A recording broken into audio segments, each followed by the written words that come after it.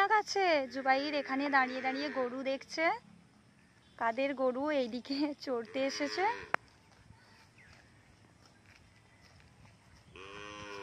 ঘাস খাচ্ছে, তুমি দেখতে পাচ্ছ ঘাস খাচ্ছে। কি খাচ্ছে বলো? ঘাস।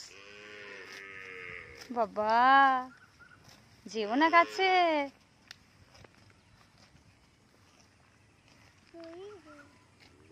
ঘাস খাচ্ছে গো, যেও না কাছে, যেও না।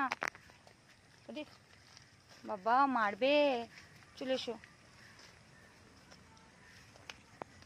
চলে এসো।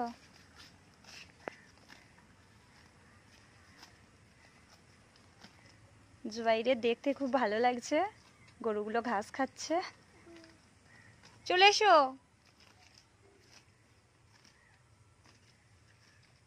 গরু, বাবা গরুগুলো ঘাস খাচ্ছে গো।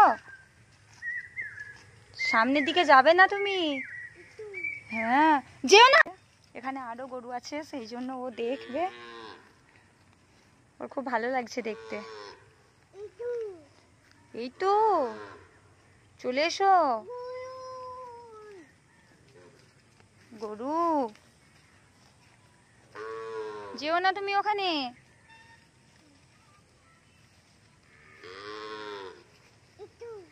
ওই তো